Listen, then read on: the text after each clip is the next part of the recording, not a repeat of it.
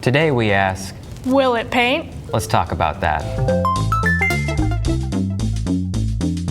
On today's episode of Will It, we're painting eggs because Easter is around the corner. But we're not gonna paint eggs traditionally. No, that's not us. No, instead, we're gonna be using different types of sauces. On my side, I have hot sauce, tartar sauce, and syrup. And I've got probably one of the best condiments to put on a sandwich. Mustard, jelly, grape, and peanut butter. Strawberry would have been a better choice. Yeah, sure, bud, sure. Our objective today is basically to see, do all of these sauces make it paint, I guess? Do they work well to replace with paint? You know, you've got starving artists, and you've got ones that have abundant amounts of condiments for their abundant amounts of food that they can use for paint. First up, I'm gonna dabble in the mustard. Oh, you opened all yours. You're going all in. Yeah, I am. I'm going for a base layer. I'm gonna draw... Water. You're gonna draw water? Water. I'm gonna try and recreate that snowman that the Brady Watson from Painting with Brady Watson used for the snowman.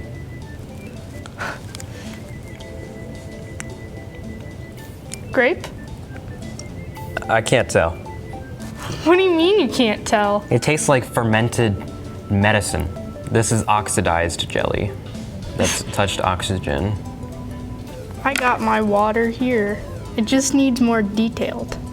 Oh, I should have drawn a sunflower because, you know, you gotta sow the seeds of love. You gotta Tears for Fears reference? You gotta love a sunflower because you believe in love power. Man, let's go ahead and just let's get in there real quick. Let's see what's going on here, Chad. What do you even got going on there? I'm trying to add like the ripples. Yeah, give me a nice little. Yeah, that's a little. I don't even know. I can't even tell what you're going for. At the end of this, we'll look at it and you'll see she was right. I want more peanut butter. I love me a sunflower. More like I love me a peanut butter. I think I know what I want to do. Maybe the last egg I do. Peanut butter jelly egg. Half peanut butter, half jelly. I don't know what to draw for this. You gotta open your inner mind for a bunny. A bunny. Draw Lopunny from Pokemon. You know, the one that everyone loves. So we've got the good old we've got the snowman started, you know, the 3 dots, the face and such. Now, just get the juices and the everything that makes it morbid. See? This is beautiful. This is abstract art. You can't comprehend this. It's beautiful. This is what art is about. It doesn't matter. All that matters is the process. Oh. We have a reincarnation of Brady Watson's snowman. But on an egg. Gotta speed run this like Brady. What's another thing he drew? You know what? No, I don't need Brady Watson. I'm myself. I am who I am. I don't need food. I don't need Brady Watson. Are you sure? From Painting with Brady Watson? I'm sure of it. You know, Okay. the things people don't love about tartar sauce or jelly or other condiments that I can't think of is that they're chunky. And so this egg will be exclusively made with chunky material. I'm making like one of those Roblox egg hunt eggs. You're going for Roblox egg. I'm going for chunk. See, Wait, jelly's not that chunky. I left the bottom open, but here we go. Pretty festive. Give me the It's chunk. cutesy, very cutesy. It's very cutesy. Ah, like that. You know, you're going for a narrative. Like, what was that supposed to be? What were you looking for? That's an ocean, that's a bunny, peanut butter jelly. I don't need a story. You interpret it how you want. So far, these have been pretty good paints. Not gonna lie, they're pretty good at paint. You know what? I haven't used yellow as a paint. Hold on, let me just. So we've go ahead and get a little close up of this little boy right here. Eye right there. You got an eye right there. Don't mind how I'm shaky. And you've got a mouth right there. Once you get hot sauce in there, it's not fun. So just go ahead and let's just. There we go. And now he's in terrible pain. Ah! I'm going for a story with this one. Because you this one. Neanderthals need a narrative to follow along with. We don't have like water we can just use. That's fair. Just follow along with the narrative, okay? You Neanderthal. And then now you've got just a really upset egg. So I don't know what you're gonna do with that. I think they came out pretty good, and I liked all the sauces that we used. They were pretty nice. They weren't that bad. So for you starving artists, like Gage said, you can use this instead of actual paint. All of them. I haven't ate since 10 a.m. and it's, I don't know, like 1 p.m. Look. We're getting there. Well, it tells a story. You see? Remember how I said it would look like ocean water at the beginning? Mm-hmm. It does. That's this edition of Will It Paint. We hope you enjoyed watching us paint with the different sauces, and have a happy Easter.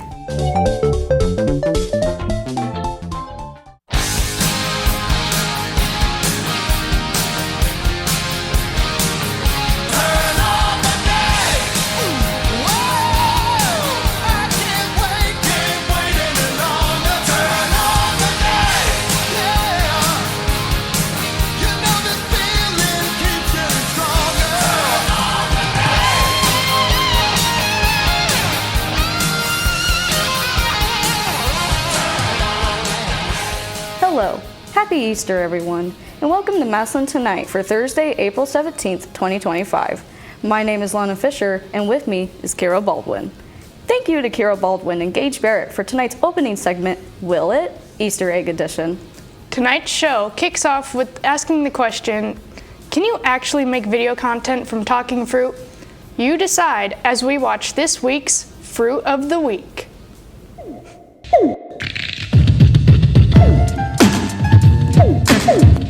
Welcome to Fruit of the Week. I'm your host, Bertie Watson, and today's fruit is pear. Pear is voiced by Dane Bodegheimer, the creator of the very popular web series Annoying Orange. Pear makes its first debut in the very first episode of the Annoying Orange series, after the character Apple is sliced in half by a knife. Well, that looks like it hurts. No! Tried to warn him. Hey, Pear! Oh, God. For a while at the beginning of the series, Pear was just seen as a side character, or a filler for a joke, but didn't become a main character until later on in the series, late season 2. Since then, Pear's been in 90% of the episodes, both the web series and the TV show, The High Fructose Adventures of Annoying Orange. Pear is a very social fruit, but has a few friends, his closest being Marshmallow and Midget Apple. Although being social, Pear is very sensitive and has a strong disliking for the main character Orange. Although Orange considers Pear to be his best friend, Pear has admitted multiple times throughout the years that he thinks Orange is annoying. A very fitting title for Orange. Pear, is there something different about you today? You seem cooler. Well, yeah. I'm riding a motorcycle. Nah, that's not it. New shoes, maybe? I'm not wearing shoes. I have no feet. Pear is often seen to many as no fun or just straight up boring. In the episode Pear Isn't Boring, Pear wrote a song proving why he isn't boring. This song goes out to all those people that have ever been called boring because you're not boring. You're metal too. This one's for you. Let's do this. I am Pear. Hear me scream. Blow your ears with my sex string. Call me boring and you get wasted. Got an axe to grind and a melted faces. Even though they all know he is very boring. Finally. Watch out, tummy, because it's chamomile tea time. Yummers. So relaxing. Somebody's going to be getting to bed at a reasonable hour tonight. Wow, Pear's really putting the dumb in boredom. Although Pear lives a very boring lifestyle, he has somehow been in a relationship. In the episode Ask Orange, episode 51, Gate Oven Hair, Pear talks about one of his love interests he has had, and it was a lizard. Yes, you heard me right, a lizard. I have a question for Pear. Pear, What is your favorite animal? If you say your favorite animal, it will appear.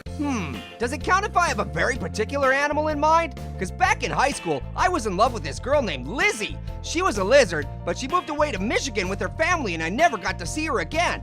But ever since then, he hasn't seen Liz, except when Pear was questioned who he liked in the video, the TMI challenge, it was revealed that he still thinks about Liz and has her on his phone as, Just call her, dude. You can do it.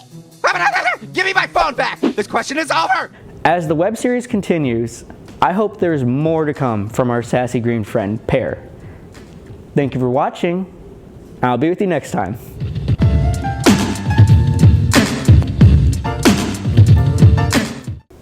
Even at Easter time, Grayson Hurst still takes us down the path of the weird and creepy.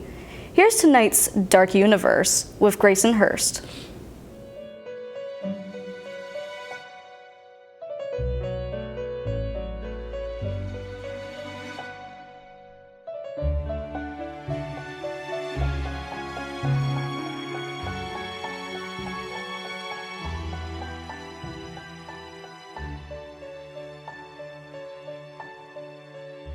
Welcome to the Dark Universe with Grayson Hurst.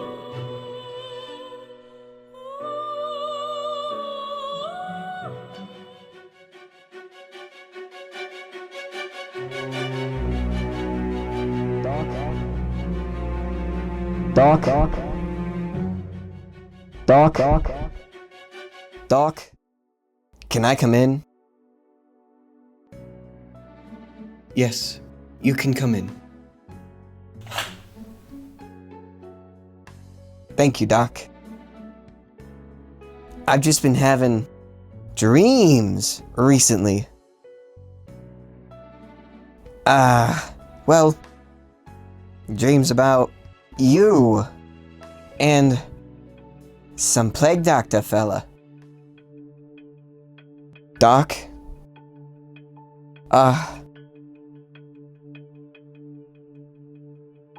Do you ever get the feeling that you're being watched? That's enough! But Doc, I said get out! Well, see you later, Doc.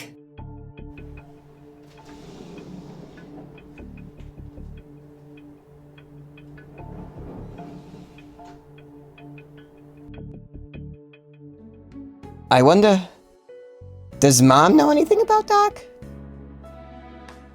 No, she couldn't. Ma! No, she can't hear me. Honey, dinner's ready. I hear you, Ma. For the last time, Ma, I said, Doc?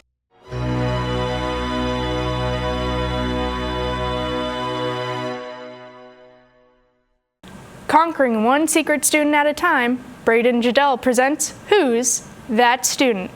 Take a look. Who's that student? Today, we asked a mystery guest questions, and you have to guess who it is. My favorite movie is Tangled because it's a comfort movie. My favorite artist is Drake. Hey, last name ever! First name greatest, like a sprained ankle, boy, nothing to play with. No, I do not have any pets. Some of my hobbies are golfing and shopping and hanging out with my friends. I think a teacher that's made a big impact on my life is Mrs. Kraft because she's always there to support us no matter what. My favorite subject is cosmetology because it's what I want to do.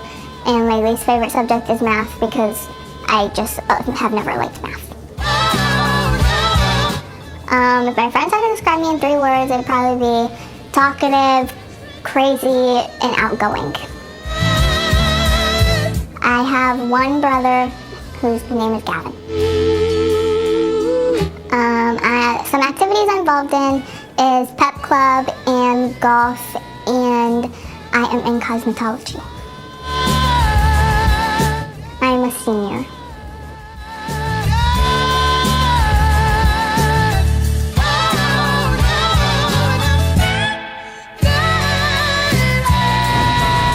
My name is Alexiana Blaylock, and I was a guest on Who's That Student? Tune in next time to see who's next.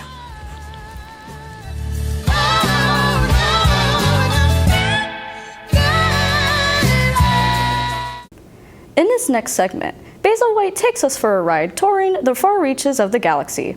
Take a look at tonight's Out of This World.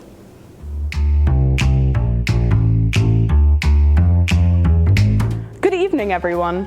Welcome back to Out of This World. Our subject for tonight is Pluto, the infamous former 9th planet. Without further ado, let's get into it. Pluto is a grayish-blackish body which is greatly covered in nitrogen ice, methane, and carbon dioxide. It has a large variation of geological formations, including mountains, plains, and dunes. Pluto was discovered in 1930 by American astronomer Clyde Tombaugh. For decades, it was considered the 9th planet in our solar system. But even back then, astronomers noticed something odd. Pluto was tiny, much smaller than the other planets, and its orbit was very unusual. Pluto's diameter is roughly 2,377 kilometers, which is even smaller than Earth's moon of 3,476 kilometers. Partially because of its size, and also because of the discovery of other small planetary objects in the same belt as Pluto, it was reclassified in 2006 as a dwarf planet. Pluto does have seasons, but they're far more cold than those of Earth because it's about 5.9 billion kilometers away from the Sun. One day on Pluto lasts 153 hours, and it takes roughly 248 Earth years to orbit the Sun. Pluto rotates backwards compared to Earth, so if you stood on its surface, the Sun would rise in the west and set in the east. Pluto has 5 known moons. The largest is Charon, which is so big compared to Pluto, they're often called a double dwarf planet system. The moon is just over half the size of Pluto, which makes it unusually large. The two bodies are tidally locked, meaning they always show the same face to each other. The 4 other moons, Styx, Nix, Kerberos, and Hydra, are much smaller and orbit further out. For most of human history, Pluto was just a fuzzy dot in a telescope. That changed in 2015 when NASA's New Horizons spacecraft flew by Pluto and sent back the first close-up images. What it found amazed scientists and furthered the knowledge of the dwarf planet. These photos helped NASA learn that Pluto has giant ice mountains, smooth plains, possible ice volcanoes, and a heart-shaped region called Tombaugh Regio. It showed us that even distant, icy worlds can be geologically active and complex. Pluto might not be a fully fledged planet anymore, but it's still one of the most intriguing places in our solar system. Its unique orbit, icy terrain, and mysterious atmosphere continue to fascinate scientists and astronauts alike. Well, that's all the time we have for this episode of Out of This World. Thank you so much for watching, and stay tuned for the next one.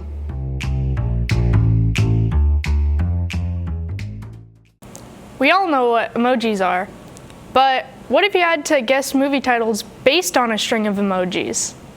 This next segment is a little bit of an experiment. Here's emoji guessing.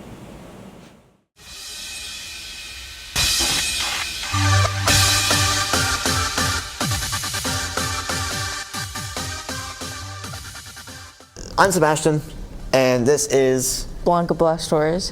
And this is emoji guessing, where today we're going to be guessing what the movie or TV show is based off of the emojis that were shown. So I think that's it. So let's jump into it. The first one. Oh, Batman. Superman? Oh, I don't remember what it was called. I shouldn't have pressed the button. Got a guess? Frog Princess. I don't think that's right. Princess and the Frog. Yeah, that one. I knew that was wrong. The Frog Princess. Door. Titanic. You had to press the button. I was trying to figure it out.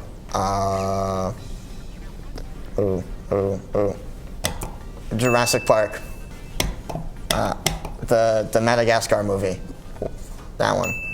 I don't know this one. I don't know the name. Friday the 13th? Ratatouille. Okay. Alice in the Is that your guess? No. Alice in Wonderland. Yep. Night at the Museum. This one I don't know. Toy Story? Toy Story? I don't know this one actually. SpongeBob.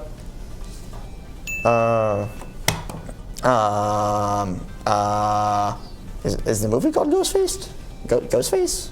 Is that the movie? That's the killer. I know. I can't remember the name. Scream. That's what it is. That one I'm confident. Lion King. Okay, well that one was obvious. Little Mermaid. That's me. The first one's me. A crab. Dracula book. Vampire Diaries. I never watched it.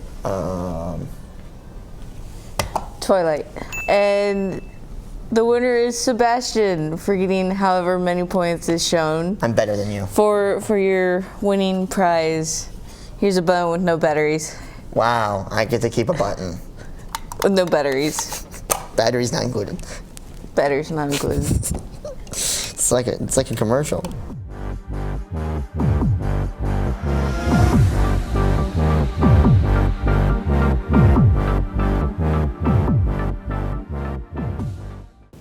The new Minecraft movie is Hollywood's biggest video game-based movie ever.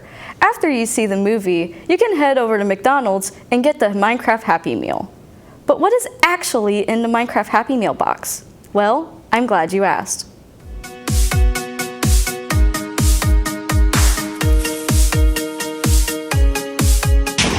Hello, and welcome to Minecraft Munchies. I'm Elisa Sitzman here with JJ Labucane. And today we will be reviewing the Minecraft Happy Meal and the Minecraft Meal that is promotion of the Minecraft movie now showing in theaters.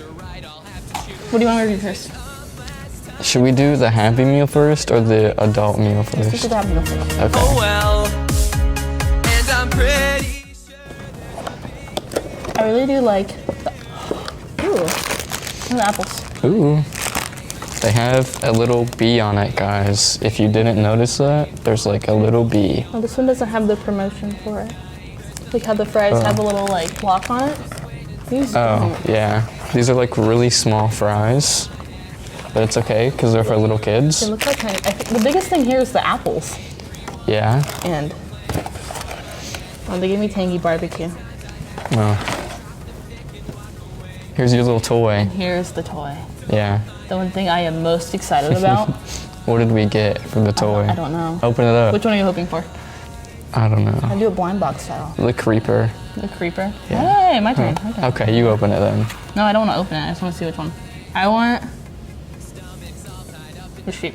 The sheep? Yeah. Okay, I guess I'll open it. Here we go.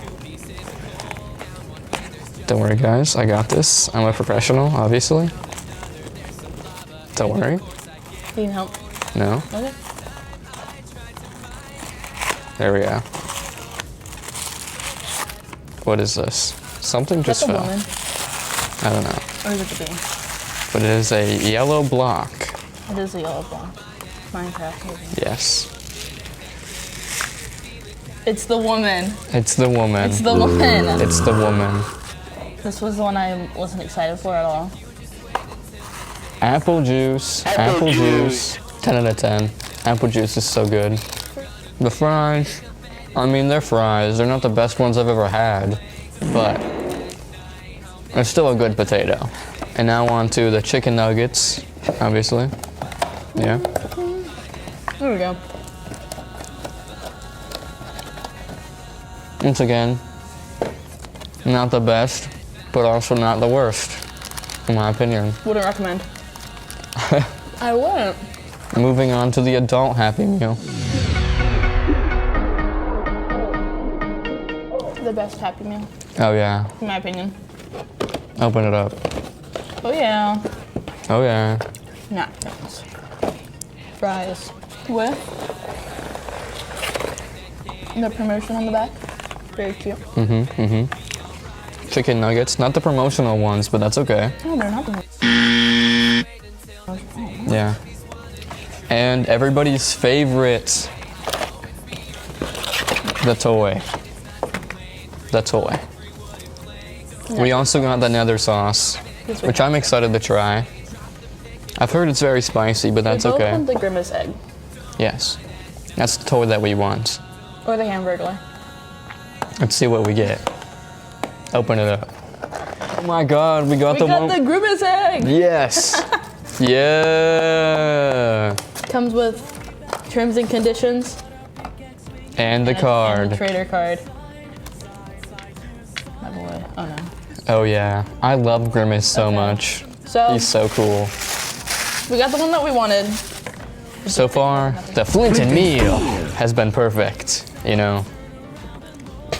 Flinton meal. The Flinton meal. Yeah. We're gonna try the nether sauce now? Don't like it. I'm actually gonna just, oh, I hate it. I'm sorry, guys. I'm a ketchup guy till the end. I would agree that this is hot. I would agree. Apple juice. I probably would recommend it. I mean, unless you really like spice, it's all right. What would you rate this meal? I would give the McDonald's Minecraft adult meal 5 big booms. I honestly would. I'm with it. Boom, boom, boom, boom, boom. 5 big booms, guys. Best out of 3, you wanna do that? Sure. Okay. Okay. Rock. Are we serious? Are we serious? Eventually. Okay. That's one. Okay, I win, guys. I win the toy. I'm just a better gamer. I'm sorry. He's coming home with me. And that basically concludes Minecraft Munchies. Thank you for joining us, where we tried the kids' Happy Meal and the adult Happy Meal. Most people think of Easter as a time for bunnies, baskets, and candy. But Easter can also have its share of strange things too. Let's take a look at the Easter edition of Mystery Creatures.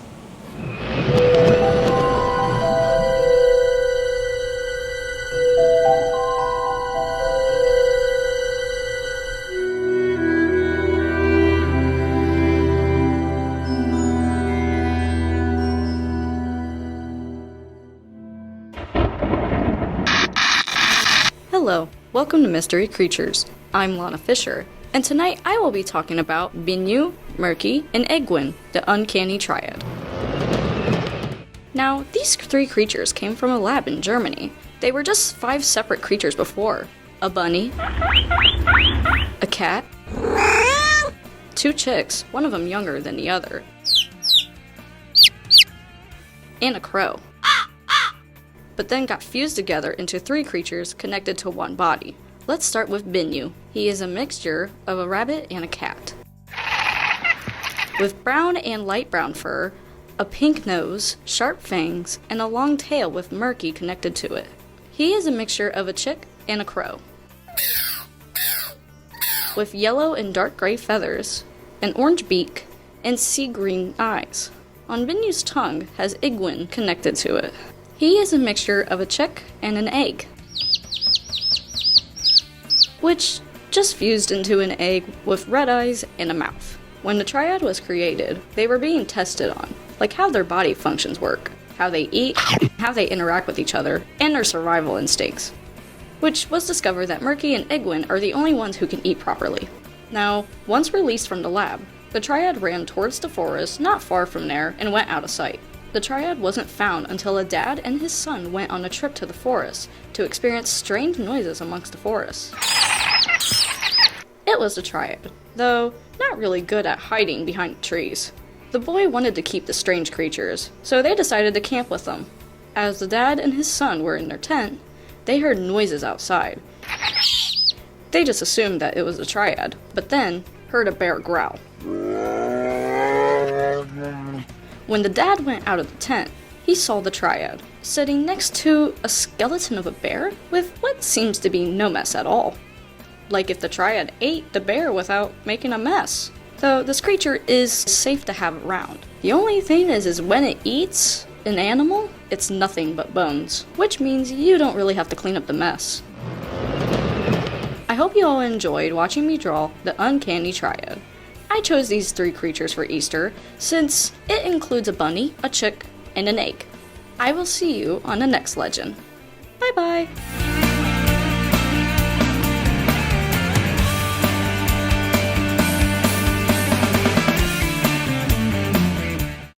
Even at Easter, there is time for video games. But wouldn't it be nice if we had a little help in figuring out the tricky parts? That's why Chris Corbin is here. Here's Game Break. Hello everyone, and welcome back to Game Break. Today, I'll be reviewing Repo.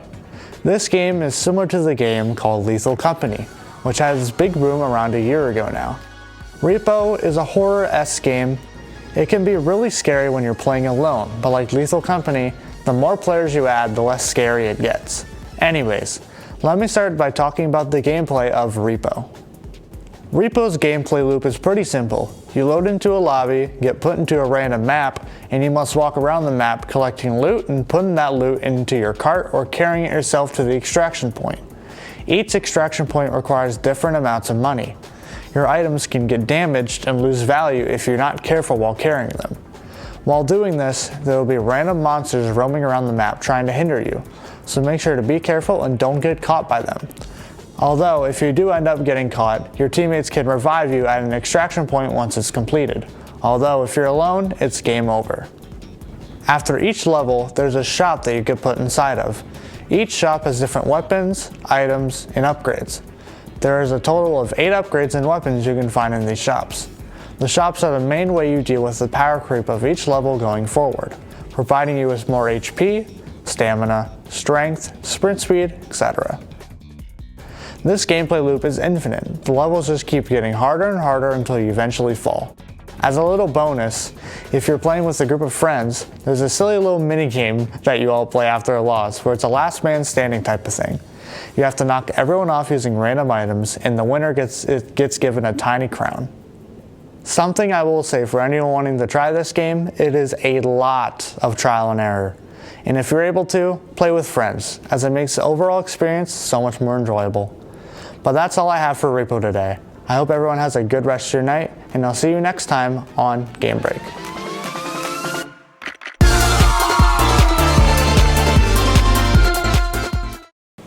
Tonight's WHS-TV Classic takes us back to 2017. In this segment, Savannah Evans shows us all how to make Easter Bunny butt cookies. They are tastier than you might think. Take a look.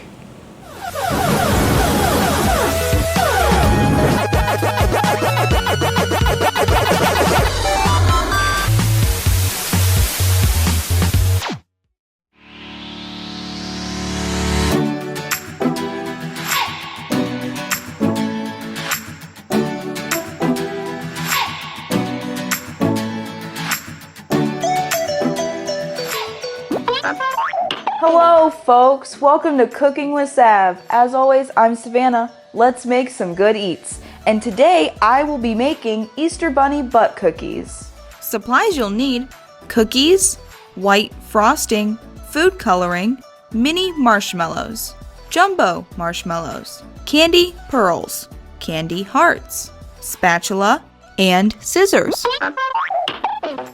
For this first step, you want to prepare your frosting with the colors you want. That should be good enough.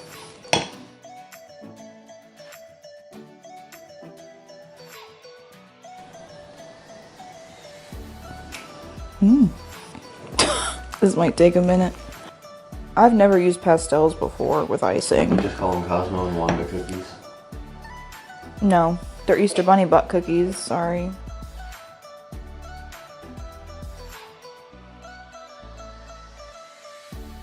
For this next step, you want to put the frosting on your cookies. So let's just get right into that.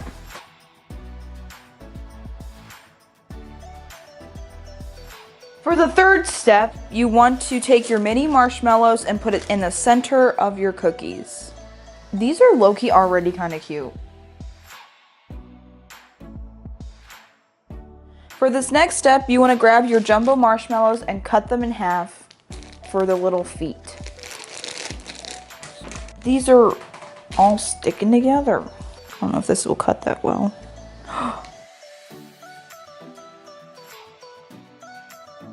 Now that you have your jumbo marshmallow cut in half and on your cookie, you want to take your heart candies and your little sugar pearls and put them like little feet on a bunny rabbit.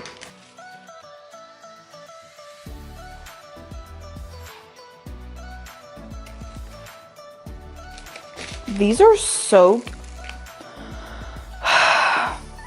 Okay. Wow.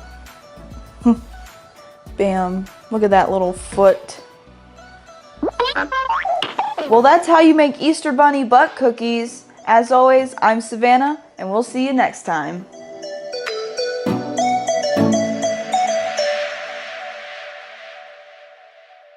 Thank you for watching Massillon Tonight. New episodes are scheduled to air every other Thursday throughout the school year or as the school calendar permits. You can rewatch this episode and all episodes of Massillon Tonight on the WHS-TV YouTube channel and on MCTV cable channels 611 and 11. I'm Kira, along with Lana. Happy Easter and thank you for watching.